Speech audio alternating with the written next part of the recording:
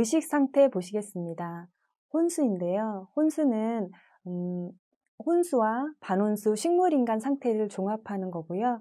혼수인가요에 예, 아니오를 체크하시는데 이거는 진단과 같은 것이기 때문에 의사가 진단 하시고 기록하셔야 됩니다. 혼수를 측정하면은 이 문항에 예라고 하는 순간 신체 기능 영역으로 넘어가야 합니다. 그래서 그 사이에 각종 인지 기능을 측정하는 항목이 있는데 그 부분은 넘어가시면 되겠습니다. 의무 기록의 예시인데요. 해당 내용을 보시면 환자의 멘탈이 코마투스라고 되어 있죠. 그리고 GCS는 3점이라고 해서 거의 이 환자는 코마 상태에 대해서 그 평가 도구에 의하면 3점이라는 적정한 기록을 해 놓으셨습니다.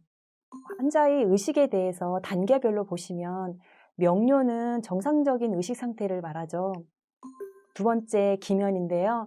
이 경우는 집중력이 많이 감소되고 외부의 자극에 대해서 반응할 수 있는 상태로 자극이 주어질 때에만 의사소통이 가능한 경우입니다.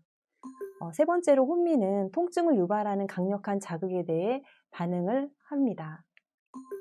반혼수는 통증을 유발하는 자극에 대해 신체 부분을 회피하는 반응을 보입니다. 혼수는 자발적인 움직임도 없고 통증을 유발하는 강력한 자극에도 반응이 없습니다.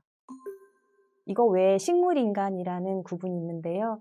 이 경우는 대뇌의 기능은 사실 정지되어 있지만 대뇌 끝에 있는 연수의 생명 중추 기능은 유지되어서 인공호흡기를 부착하지 않고서도 생명이 지속되는 상태입니다.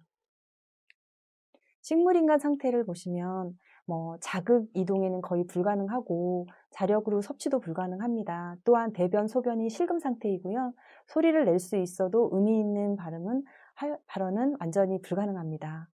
그리고 간혹 눈을 떠라, 주먹을 쥐어라 등의 간단한 명령에 간신히 반응하는 경우도 있지만 그 이상의 의사소통은 거의 불가능합니다. 이러한 6개의 항목이 치료에도 불구하고 3개월 이상 지속되는 경우는 식물인간으로 보시면 되겠습니다. 이거는 혼수를 측정하는 도구입니다. 해당 사항을 한번 보시고 이걸로 평가를 한다면 그 혼수에 대한 조금 객관적인 근거 자료가 될 것으로 보입니다. 그래서 이 해당 내용을 출력해서 선생님들이 임상에 좀 활용하시면 좀 도움이 될 것 같습니다. 의식 상태를 지금 혼수라고 체크를 했다면 우리가 에이델 평가를 할 때 어떻게 나오는 게 맞을까라고 나름 생각을 해본다면 지금 이번에 예문같이 나머지 항목은 거의 대부분 전적인 도움인데 식사하기가 상당한 도움이 되는 경우가 있다라고 평가를 했답니다. 이런 경우는 조금 이상하지 않습니까? 환자가 혼수나 식물인간 등으로 체크되어 있는데 환자가 상당한 도움, 어느 일정 부분에 대해서는 환자가 직접적으로 한다라는 거죠. 나머지는 다 도움을 주더라도요. 이런 평가는 사실 환자의 멘탈과 ADL을 평가해서 도구 맞지 않는 예입니다.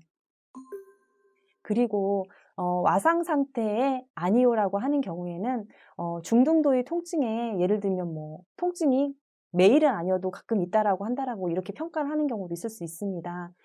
이거는 통증을 본인이 호소한다는 뜻인 거죠. 혼수 환자가 통증을 호소한다라는 게 있을 수 없겠죠. 이런 평가도 잘못된 경우로 생각하시면 되겠습니다.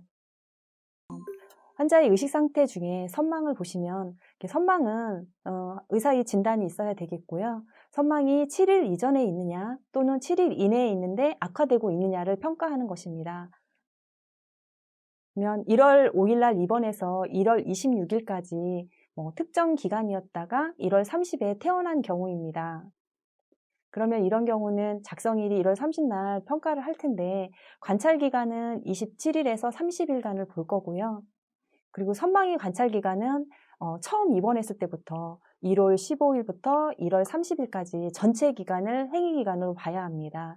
그래서 선망이 7일 이전에 있었냐, 7일 이내에 있었냐라는 거를 평가하시게 되겠습니다.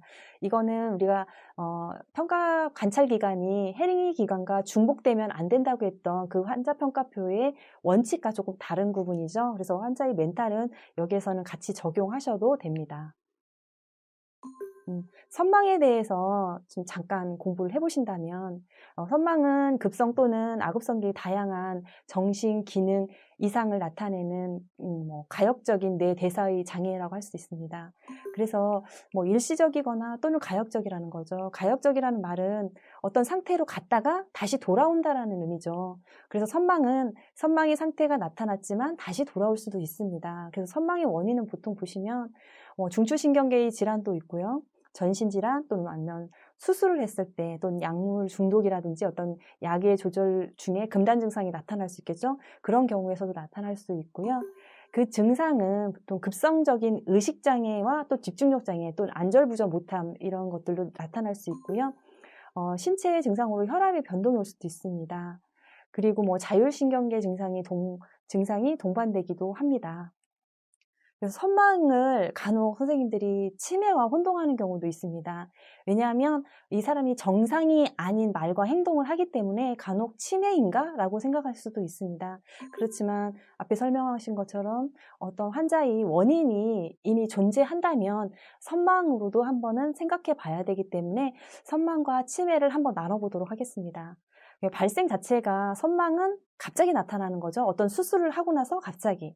그런데 치매 같은 경우는 완만하죠. 언제부터인가 서서히 점점점 악화되는 거죠. 그리고 뭐 기분 같은 거 보면은 선망은 되게 공포스러워합니다. 뭐 예를 들면 선망이 있는 환자들의 그 얘기하는 걸 보면 지금 전쟁이 나려고 그래. 빨리 숨어야 돼. 피난 가야 돼. 뭐 짐을 싸야 돼. 이런 식으로 현재 없는 건데 굉장히 공포스러워하는 공포나 불안 뭐 이런 상태로 주위 분들을 좀 놀라게 하는 경우도 가끔 있습니다. 그런데 치매 환자는 그런 것보다는 조금 불안정한 감정이나 뭐 성격의 성향이 좀 바뀌는 겁니다. 조금 신경질적으로 바뀌거나 화를 자주 낸다든지 이런 식으로 좀 바뀌는 경우가 많이 있습니다. 그리고 선망은 단기 기억력이 손상됩니다.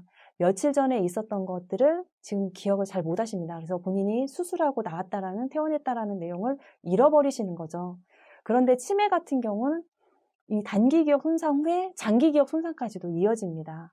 보시면 선망과 치매는 많이 다르죠? 선망 평가 시 주의하실 부분은 진료기록부에 의사의 기록이 반드시 있어야 됩니다. 의사의 기록이 없다면 의사 기록과 간호 기록이 또 불일치할 수도 있겠죠. 그래서 간혹 의사분은 쓰지 않았는데 간호부에서 선망이라고 미리 판단하시는 경우도 가끔 있기 때문에 두 분의 의무 기록이 일치할 수 있도록 하시기 바라겠습니다.